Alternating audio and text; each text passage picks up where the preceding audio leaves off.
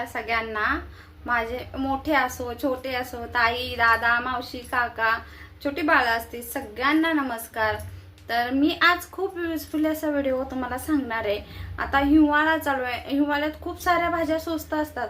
पालेभाज्या असू द्या, तुम्ही कडधान्य आता म्हणतो मटार गाजर, ह्या गोष्टी खूप स्वस्त असतात, बीट वगैरे।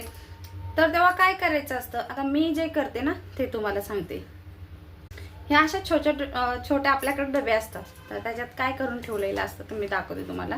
आणि हे मी दर वेळेला करून ठेवते, त्यामुळे तुम्हाला सांगते। आपण मॅप्कोचा मटार बाहेरून आणतो, तर तो आपल्याला फ्रोझन मटार घरी पण करून ठेवता येतो। पण त्याच्यापेक्षा ही एक तुम्हाला ट्रिक सांगते, ही म्हणजे फ्रोझन मटार बाहेरून आणतो किंवा घरी करतो। घरी केला तरी आपण म्हणतो ना खूप दिवस ठेवत नाही आपण, तर हे असे ना मी मटार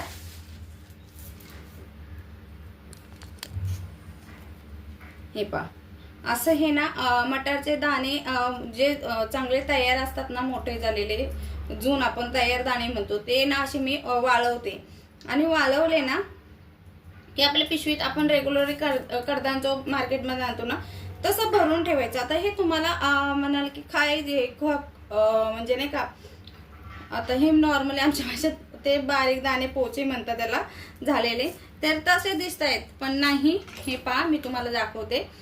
तर हे रात्री मी भिजत टाकलेले आणि आता हे उकडून घेतले 2 शिट्या, म्हणजे भिजवल्यानंतर पण ते रेग्युलर जसं मटार आपण आणतो ना तसा ग्रीन मटार तयार झाला होता। आणि मग हे आता मी मीठ घालून थोडेसे उकडून घेतलेले आहेत। त्याचबरोबर आहे ना आपण कसुरी मेथी बाहेरून आणतो, तर ही कसुरी मेथी पण आपण घरी तयार करून ठेवायची। पहा किती हिरवीगार आहे, आणि असे छोटे छोटे डब्या करून ठेवायच्या। एकदाच मोठी डबी केली ना तर काय होतं माहिती, आपल्याला ज्या वेळेला लागते ना तेव्हा आपण कशी काढतो सारखी त्याच्यातून बाहेर, आणि बाहेर काढलं ना की कसा त्याचा वास आहे ना तो निघून जातो। त्यामुळे कसं असं छोटे छोटे आपल्याकडे डबे असतात कशा नाही कशाचे तरी, तर त्या डब्यांच्यात ना असं भरून ठेवायची। त्याचबरोबर कोथिंबीर असते, तर कोथिंबीर पण आहे ना तसंच करायचं। कोथिंबीर पण धुवायची आणि छान कापडने पहिली स्वच्छ अशी पुसून घ्यायची, धुतल्यानंतर कापडावर अंतरायची, दुसऱ्या कापडाने प्रेस करून तिला ना पाणी काढून घ्यायचं, आणि मग नंतर तिसऱ्या कापडावरती टाकून ती 2-3 दिवस वाळसतो, उन्हात न ठेवता पंख्याच्या वाऱ्यावरती वाळून घ्यायची। मेथी कोथिंबीर सेम।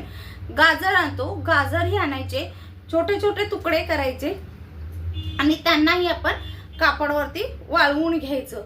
खूप मस्त असे तयार होतात। त्याचबरोबर आपण पावटे वगैरे आता स्वस्त असतात, हे असे मी पावटे वगैरे पण वाळवून घेते। आणि खूप छान व्हिडिओ कसा वाटला नक्की सांगा, आणि लाईक शेअर सबस्क्राईब करायला विसरू नका।